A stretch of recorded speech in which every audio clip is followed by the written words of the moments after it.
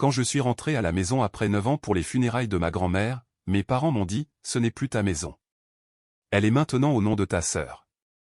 Et ma sœur a eu un sourire en coin. J'avais apporté les documents originaux d'enregistrement de la propriété avec moi. Et, j'avais un excellent avocat derrière moi. La cérémonie commémorative est terminée.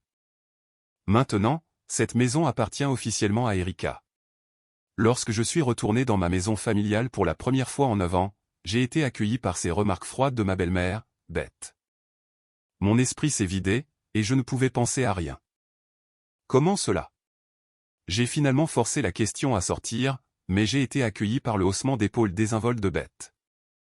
Ma demi-sœur, Erika, avait l'air de s'ennuyer en regardant paresseusement ses ongles. Ton père était d'accord. Nous avons déjà commencé les démarches juridiques, n'est-ce pas, chérie? Lorsque Beth a jeté un coup d'œil à papa sur le canapé, il a détourné le regard et a hoché la tête faiblement. Il n'était pas l'homme fort dont je me souvenais. J'ai scruté la maison. Les intérieurs classiques que maman aimait avaient disparu, remplacés par des dorures bon marché et des meubles roses criards, qui étaient évidemment du goût d'Erika. Et ma chambre? Oh, désolé pour cela. Nous avions besoin d'un endroit pour ranger les vêtements d'Erika, alors nous l'utilisons comme son placard. Tu te contenteras très bien de la chambre d'amis, n'est-ce pas? Erika a ri de moi avec un sourire moqueur. Tu n'as qu'une vieille boîte dans le grenier. Ne t'inquiète pas pour cela. Mon corps tremblait de colère. Ce n'était pas un accident. C'était une prise de contrôle délibérée. Papa était clairement sous une sorte de pression. Plus que toute autre chose, cette maison est la propriété sur laquelle maman a mis mon nom en tant que copropriétaire lorsqu'elle était en vie. Mes droits devaient être légalement protégés. Ce n'est pas quelque chose qui peut être décidé par le seul accord de papa. Je me suis forcé à rester calme. Au cours des 9 années que j'ai passées en ville, j'avais appris bien plus que des compétences en affaires. J'avais appris un refus obstiné de reculer face à l'injustice. J'allais découvrir ce que Beth et Erika complotaient. J'allais récupérer papa et cette maison. Mon combat a commencé à ce moment-là. J'ai gardé mon sang-froid devant elle. Mais au moment où je suis entré dans la chambre d'amis, j'ai sorti mon smartphone de mon sac et j'ai envoyé un court message à Richard, mon meilleur ami d'université, qui est devenu un avocat spécialisé en droit immobilier digne de confiance. Salut Richard. C'est urgent. J'ai besoin d'une copie de l'acte de propriété de la maison de mes parents et de l'accord de copropriété que ma mère a mis en place il y a 9 ans. S'il te plaît, envoie-les dès que tu le pourras. Sa réponse est arrivée immédiatement. Compris. Que s'est-il passé? Je te le dirai plus tard, ai-je répondu, et j'ai commencé à retourner les choses dans ma tête. Pourquoi papa était-il si apathique? Il avait l'air d'être contrôlé par Beth. Était-il manipulé ou avait-elle un moyen de pression sur lui? De retour dans le salon, Erika faisait un appel vidéo bruyant avec quelqu'un qui semblait être une amie. Oui, nous allons à Las Vegas le mois prochain. Nous devons réserver une suite. L'argent, ne t'inquiète pas. Notre maison est notre distributeur automatique. En entendant cela, mes soupçons se sont transformés en certitude. Elle se nourrissait littéralement de cette maison. Quand je me suis assise sur le canapé, Erika a mis fin à l'appel de manière théâtrale et a échangé un regard avec Beth. Alors, Denise, combien de temps comptes-tu rester? Beth m'a étudié avec des yeux inquisiteurs. Je vais être ici pendant un certain temps pour trier les affaires de grand-mère, et je suis un peu inquiète pour papa. On perd et entre de bonnes mains avec nous, alors ne t'inquiète pas. Tu as ta vie en ville, n'est-ce pas? Ne serait-il pas mieux pour toi de rentrer bientôt? C'était une tentative à peine voilée de me chasser.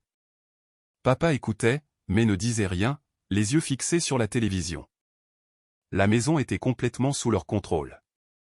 Mais leur contrôle avait-il un fondement juridique? Une fois que les documents de Richard arriveraient, tout deviendrait clair. Jusque-là, je devais bercer l'ennemi d'illusions et rassembler des informations. J'ai affiché un sourire agréable. Bien sûr, je ne prévois pas de rester longtemps, mais je veux passer du temps avec papa pendant que je suis ici. Derrière ce faux sourire, je commençais calmement et froidement à comploter la façon de les expulser de la maison. Le lendemain après-midi, Richard m'a envoyé un message. J'ai téléchargé les documents que tu as demandés sur le serveur sécurisé. Je t'enverrai le lien et le mot de passe séparément. Quelques minutes plus tard, un mot de passe crypté est arrivé et j'ai verrouillé la porte de ma chambre. J'ai ouvert mon ordinateur portable, j'ai pris une grande inspiration et j'ai accédé au lien. Tout ce que j'avais demandé était là. D'abord, une copie numérique officielle du titre de propriété le plus récent délivré par le bureau d'enregistrement du comté.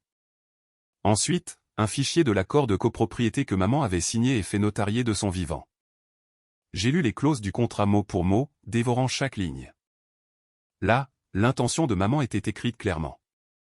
À mon décès, ma participation de 50% dans la propriété sera légalement transférée à ma fille, Denise Johnson.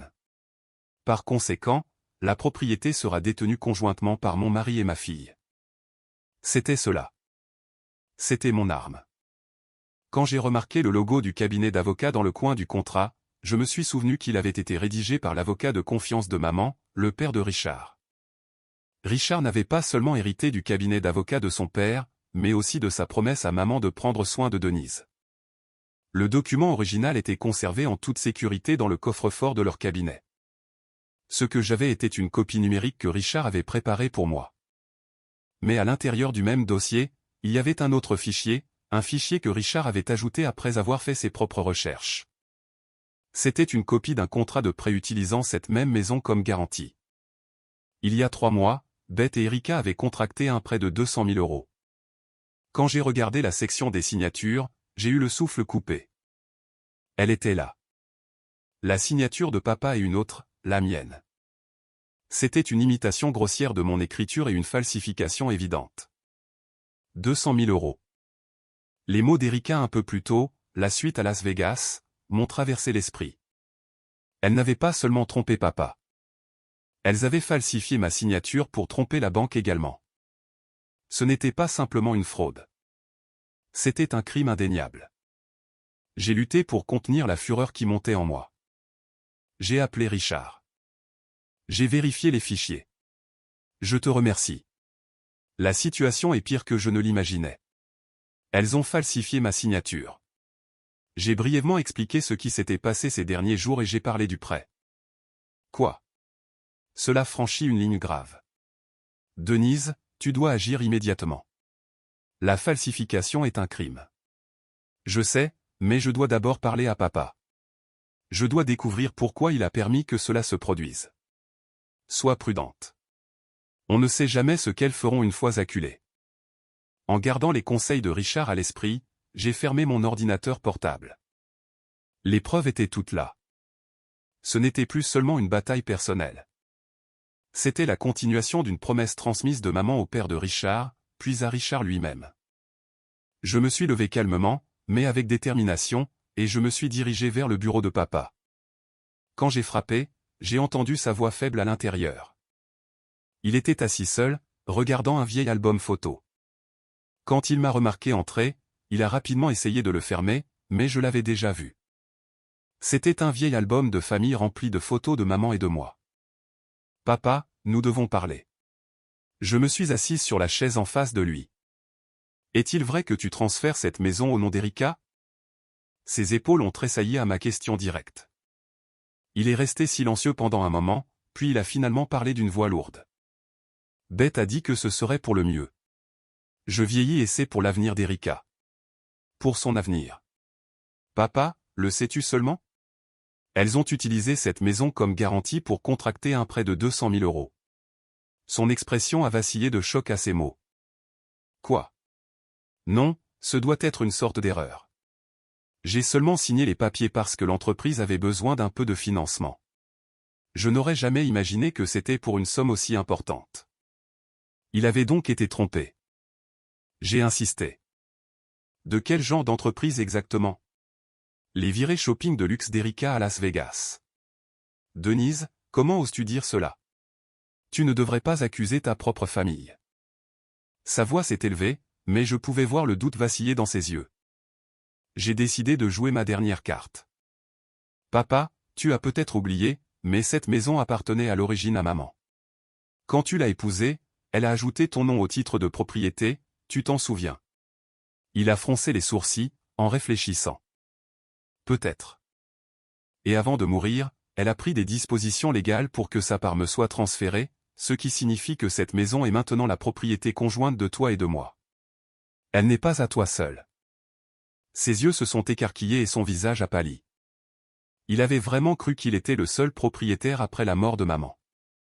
Quoi? Elle ne me l'a jamais dit. Je me suis penché en avant, plongeant mon regard dans le sien. Comme si je priais pour que, quelque part derrière ses yeux fatigués et effrayés, l'homme sage et fort que j'avais connu autrefois subsiste encore. Il est resté sans voix, et un lourd silence a rempli le bureau. Alors, de quoi chuchotez-vous tous les deux?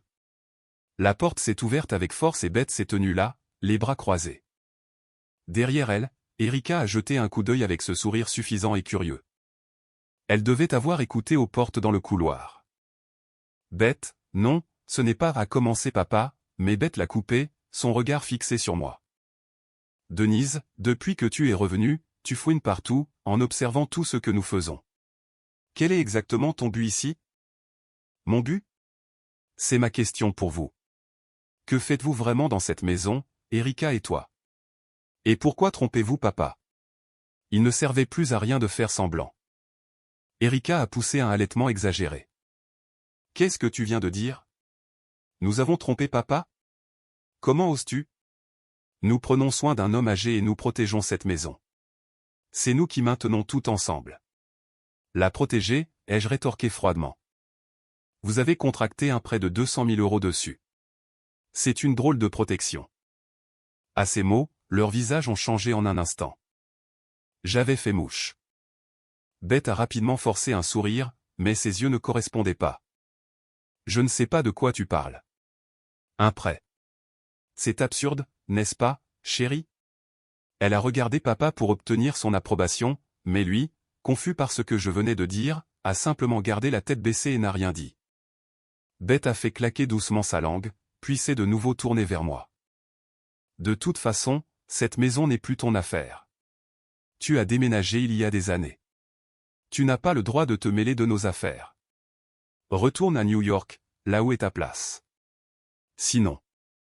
Elle s'est avancée et m'a chuchoté à l'oreille. Tu préférerais ne pas découvrir ce qui pourrait arriver à cette précieuse carrière qui est la tienne. C'était une menace pure et simple, mais au lieu de la peur, cela a allumé une flamme de fureur brûlante en moi. J'ai soutenu son regard sans broncher. Essaie, mais je pense que tu te retrouveras devant un tribunal bien avant que je ne perde mon emploi. Une volée de regards flamboyants s'est échangée entre nous. Pendant ce temps, papa restait simplement assis là, l'air terrifié. Le gong de la bataille avait retenti. Après la dispute avec Beth et Erika, je suis retourné dans ma chambre, déterminé à éviter tout mouvement imprudent pour le bien de ma propre sécurité. Elle ferait n'importe quoi pour me chasser. Réprimant ma colère, j'ai calmement revu mon plan d'action. Les documents de prêt falsifiés étaient accablants, mais pas suffisants pour réveiller totalement papa de sa transe. J'avais besoin de quelque chose de plus fort. Des preuves qui frappent au cœur et que personne ne pourrait nier. D'abord, je devais comprendre exactement ce qui avait disparu de la maison. Tard dans la nuit, une fois que tout le monde était couché, je me suis glissé silencieusement hors de ma chambre. Je me suis dirigé vers le salon, vers la vitrine antique qui avait appartenu à maman. Elle abritait autrefois le service à thé en argent que ma grand-mère avait laissé à maman dans son testament, ainsi que les poupées en porcelaine européenne que maman avait achetées avec son propre salaire avant de se marier. Mais quand j'ai ouvert les portes en verre, j'ai eu le souffle coupé. Les étagères étaient vides. Seul un vase en plastique bon marché s'y trouvait. C'était absurde. Un frisson a traversé ma poitrine. Ce n'était pas seulement des décorations. Ça aurait dû être des trésors de famille remplis de souvenirs de maman et de grand-mère. Je me suis ensuite glissé dans le bureau de papa. Le portrait de mon grand-père maternel qui était accroché au mur avait disparu. C'était une peinture que maman avait rapportée de sa maison familiale. J'ai ouvert les tiroirs. La liasse de vieilles lettres et photographies que papa gardait. Toutes les affaires de maman s'étaient volatilisées, elles aussi. En me déplaçant dans la maison, mon soupçon s'est transformé en quelque chose de plus sombre. De l'effroi. Ce qui avait été pris n'était pas seulement des possessions précieuses. C'était notre histoire. Chaque trace de la présence de maman était effacée délibérément, pièce par pièce. Ce n'était pas simplement une question de saisie de biens. C'était quelque chose de plus cruel, une destruction de l'esprit. Beth et Erika ne se contentaient pas de vider la maison de ses richesses. Elles effaçaient son âme, coupant papa de son passé afin de pouvoir régner sur lui complètement. J'ai sorti mon téléphone et j'ai commencé à photographier silencieusement chaque chose. L'armoire vide, les murs maintenant couverts des affiches d'Erika, chaque endroit où le passé avait été effacé. Chaque image deviendrait une preuve. Jusqu'à l'aube, je me suis déplacé dans la maison comme un fantôme, documentant ce qui avait été perdu. Mais fouiller la maison seule n'était pas suffisant. Si elles avaient vendu les affaires de ma mère, j'avais besoin d'une preuve objective que ces objets étaient les nôtres. Je suis monté au grenier, la seule partie de la maison qu'elle n'avait pas encore touchée. Là, à l'intérieur d'une vieille malle, j'ai trouvé des piles d'albums photos de famille. Pendant 1 heure, je les ai feuilletés jusqu'à ce que je trouve ce que je cherchais. Une photo de l'anniversaire de maman prise juste devant l'armoire du salon. Le service à thé en argent et les poupées en porcelaine étaient clairement visibles. J'ai aussi trouvé une autre photo. C'était le jour de Noël dans le bureau, avec le portrait de grand-père accroché derrière nous. J'ai pris des photos en haute résolution de chaque image et je les ai enregistrées sur mon téléphone comme preuve numérique. J'étais alors prête. Le lendemain matin, j'ai dit à ma famille que j'allais rencontrer un vieil ami. Ensuite, je suis monté dans ma voiture et j'ai conduit jusqu'au centre-ville vers un magasin d'antiquités. Le commerçant, Peter, est un ami de longue date de maman. Denise, je suis tellement désolé pour le décès de ta grand-mère. Merci, Peter. Cela fait un moment. En fait, je suis venu parce que j'ai besoin de ton aide pour quelque chose. Je suis allé droit au but et je lui ai dit que je cherchais plusieurs objets. Ensuite, je lui ai montré les photos de famille enregistrées sur mon téléphone. Reconnais-tu ce service à thé ou ces poupées en porcelaine? Au moment où Peter a regardé les photos, son expression s'est durcie. Oui, je les reconnais. Denise, écoute attentivement. Il y a quelques mois, ta belle-mère Beth est venue dans mon magasin et m'a vendu ce même service à thé et ces poupées en porcelaine qui apparaissent sur cette photo. Mon cœur s'est figé. Elle a dit, les larmes aux yeux, qu'elle avait des difficultés financières. Je ne pouvais pas me résoudre à refuser, mais quelque chose dans tout cela ne me semblait pas correct. Peter est allé à l'arrière du magasin et est revenu avec une copie du contrat d'achat. Complet avec la signature de Beth. La date d'achat était clairement enregistrée. Elle correspondait parfaitement avec le moment du prêt. Peter, pourrais-je te demander de me fournir une copie de ce contrat et, si nécessaire, ton témoignage? Bien sûr, je t'aiderai volontiers pour l'amour de ta mère. J'avais enfin une preuve irréfutable. Il n'y avait aucun moyen pour Beth de prétendre que les objets étaient les siens. J'ai remercié Peter et j'ai quitté le magasin. Serrant les lèvres de colère, j'ai conduit vers ma prochaine destination. J'avais encore d'autres alliés dans la ville. Les pièces nécessaires pour exposer les mensonges de Beth et Erika se mettaient progressivement en place. Après avoir obtenu la preuve décisive du magasin d'antiquités, j'ai immédiatement envoyé toutes les données numériques à Richard. Les photos de famille, le registre d'achat signé de Peter et l'avis de mise en demeure de prêt au nom d'Erika. Au téléphone, la voix de Richard tremblait d'un mélange d'indignation et de résolution. Denise, ce n'est plus quelque chose que nous pouvons régler avec une lettre d'avertissement. C'est du vol manifeste, de la fraude et de la falsification. Nous devons déposer une demande d'injonction d'urgence tout de suite. Une injonction? Oui. Nous présenterons les preuves à un juge et nous gelerons toutes les autres transactions immobilières, la maison, les meubles et leurs comptes bancaires. Elles ne pourront toucher à rien. Cela mettra également un terme à l'accord de prêt frauduleux qui ignorait tes droits de copropriété. Il m'a assuré que le contrat que son père avait préparé pour maman, combiné aux preuves que j'avais rassemblées, était assez puissant pour convaincre un juge. Beth et Erika ne réalisent probablement même pas à quel point elles se sont enfoncées dans le territoire criminel. Quand l'ordonnance du tribunal arrivera, elles comprendront enfin ce qu'elles ont fait. S'il te plaît, Richard, commence la procédure tout de suite. Pendant la semaine suivante, j'ai attendu dans ma chambre d'hôtel, respirant à peine. Ce fut une attente longue et angoissante, mais Richard appelait tous les jours, sa voix ferme me gardant ancré. Puis finalement, son message est arrivé. Denise, nous avons réussi. L'ordonnance a été accordée. Le greffier du tribunal est en route pour la maison de ton père en ce moment même pour signifier les documents à Beth et à ton père personnellement. Reste où tu es. Ne t'approche pas de la maison. Attends dans ton hôtel. J'ai dégluti difficilement. Nous y étions. La loi, une force impartiale et inflexible, se dirigeait vers cette maison. Depuis la fenêtre de mon hôtel, j'ai regardé au loin en direction de ma maison familiale. Après le dernier message de Richard annonçant que le greffier était en route, j'ai attendu dans un silence tendu. Dehors, la soirée s'installait. Cela faisait probablement 30 minutes que le greffier était arrivé. Que se passait-il à l'intérieur de la maison? Puis mon téléphone s'est illuminé. Richard appelait. Denise, c'est fait. Sa voix éclatait de triomphe. Le greffier vient de faire son rapport. L'injonction a été officiellement signifiée à Beth et à ton père lui-même. C'est maintenant juridiquement contraignant. Je vois. Et comment ont-ils réagi? Le rapport était bref, mais il en dit long. Apparemment, Beth a posé plusieurs questions sur place, spécifiquement sur la clause de copropriété et l'étendue du gel des avoirs. Elle a été très persistante. Je pouvais entendre le plus léger des sourires dans la voix de Richard. Je peux l'imaginer. Elle panique, cherchant des failles. Et Erika, elle a apparemment demandé au greffier si cela signifiait qu'elle ne pouvait plus faire d'achat personnel.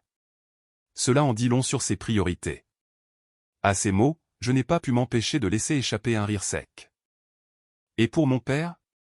Le rapport disait seulement ceci, aucune réaction notable.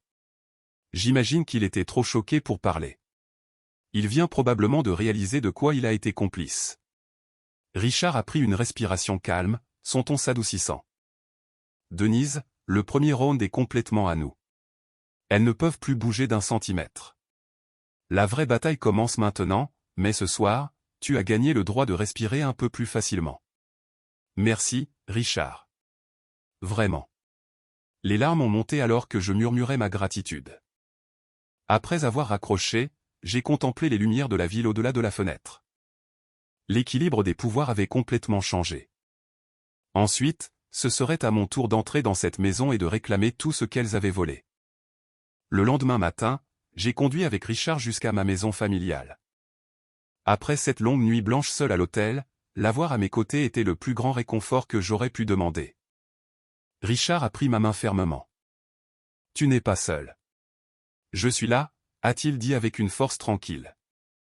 Quand nous sommes arrivés à la maison, c'était anormalement silencieux. Quand j'ai sonné à la porte, papa a ouvert, l'air hagard. Il a détourné les yeux maladroitement à la vue de Richard. Dans le salon, Beth et Erika étaient assises sur le canapé comme des fantômes. Leur énergie autrefois hostile avait disparu, remplacée par des regards vides et sans vie dans le vide. Sur la table reposait l'injonction du tribunal, toujours pliée. Bien alors, je suis ici aujourd'hui au nom de ma cliente Denise Johnson pour discuter de ce qui va suivre.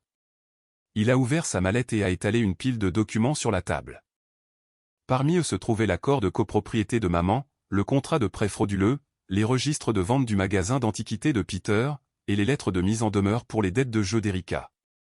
Tout d'abord, sur la base de cet accord de copropriété, l'hypothèque arrangée sans le consentement de Denise est nulle et non avenue. Et Beth, concernant ce document de prêt que vous avez soumis à la banque, il a pointé du doigt la ligne de signature. Cette signature de Denise, vous l'avez falsifiée, n'est-ce pas? Une analyse graphologique le confirmera instantanément. Il s'agit d'une falsification de documents, un crime grave.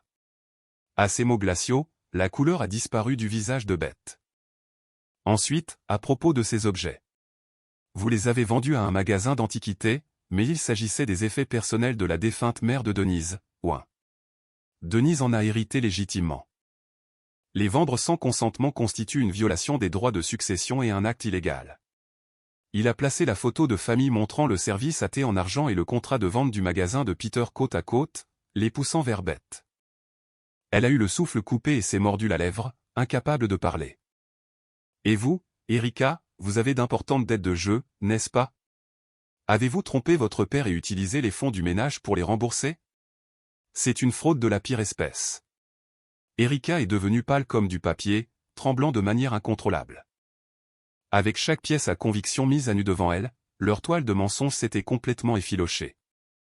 Le filet s'était refermé et il ne restait que le coup final. Toutes les preuves étaient étalées sur la table, et le salon était enveloppé dans un lourd silence. Les mains de papa tremblaient alors qu'il feuilletait les documents un par un.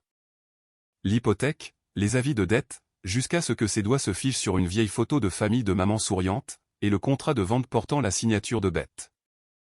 Il les a comparés encore et encore. C'est le service à thé en argent de Oin. Elle le chérissait. Il était dans sa famille depuis l'époque de sa mère. Sa voix était faible, remplie d'incrédulité. Il a lentement levé la tête et a regardé Beth, puis Erika. Ses yeux ne contenaient plus de confusion ni de fatigue.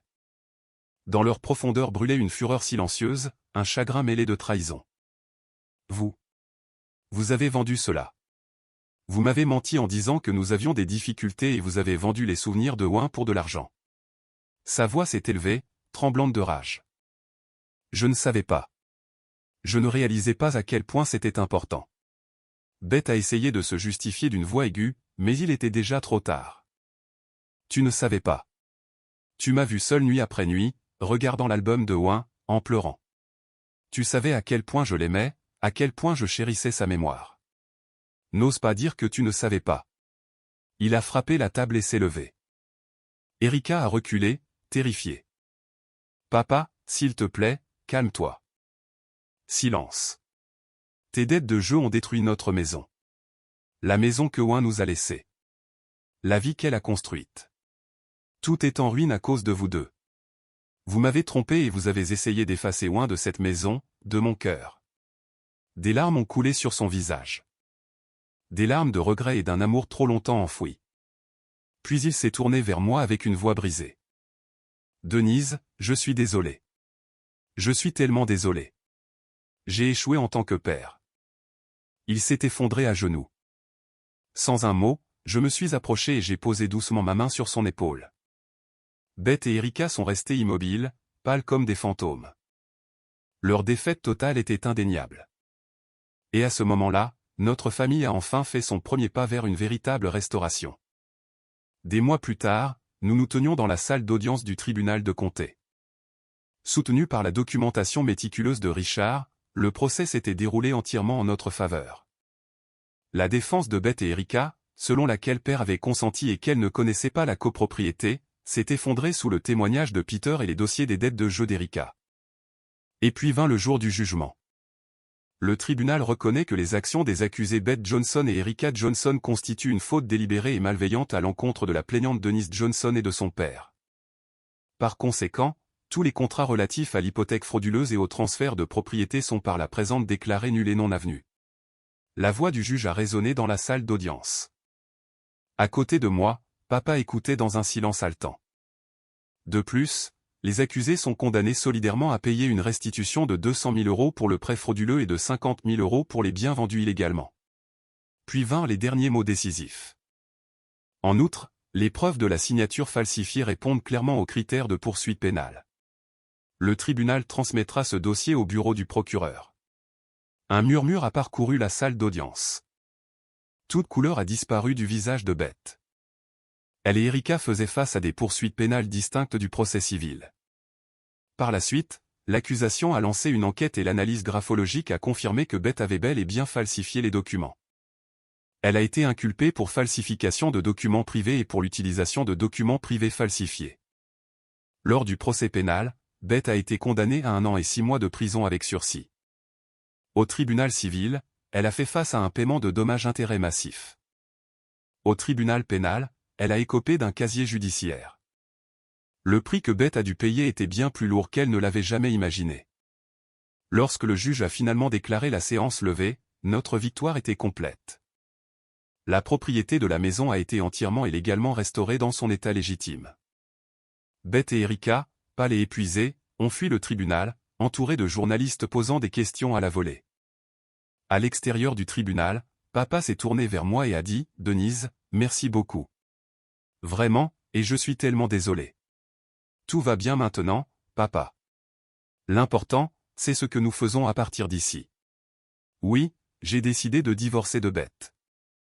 Et cette maison, la maison que Oin et toi aimiez, je veux la reconstruire de nos propres mains de nouveau. » J'ai hoché la tête en silence. Dans les mois qui ont suivi, le visage de papa avait retrouvé une vitalité qui le rendait presque méconnaissable. La bataille qui avait commencé à mon retour à la maison après 9 longues années avait finalement pris fin. Nous avions perdu beaucoup, mais ce que nous avions sauvé était bien plus grand. Nous avions protégé notre lien en tant que famille et la maison que maman avait laissée derrière elle. 2 ans se sont écoulés après le procès. Le divorce de papa et Beth a été finalisé, et j'avais commencé à visiter la maison de nouveau, petit à petit, redécouvrant des jours paisibles avec lui. Puis un après-midi, le téléphone a sonné. C'était Richard. « Denise, je pensais que tu voudrais avoir des nouvelles de Beth et Erika. » Sa voix portait une pointe d'amusement. Apparemment, Beth est toujours en période de probation, vivant discrètement avec Erika. Leurs vies sont tout sauf stables. Je pouvais presque l'imaginer. La situation de Beth semble encore pire, a poursuivi Richard.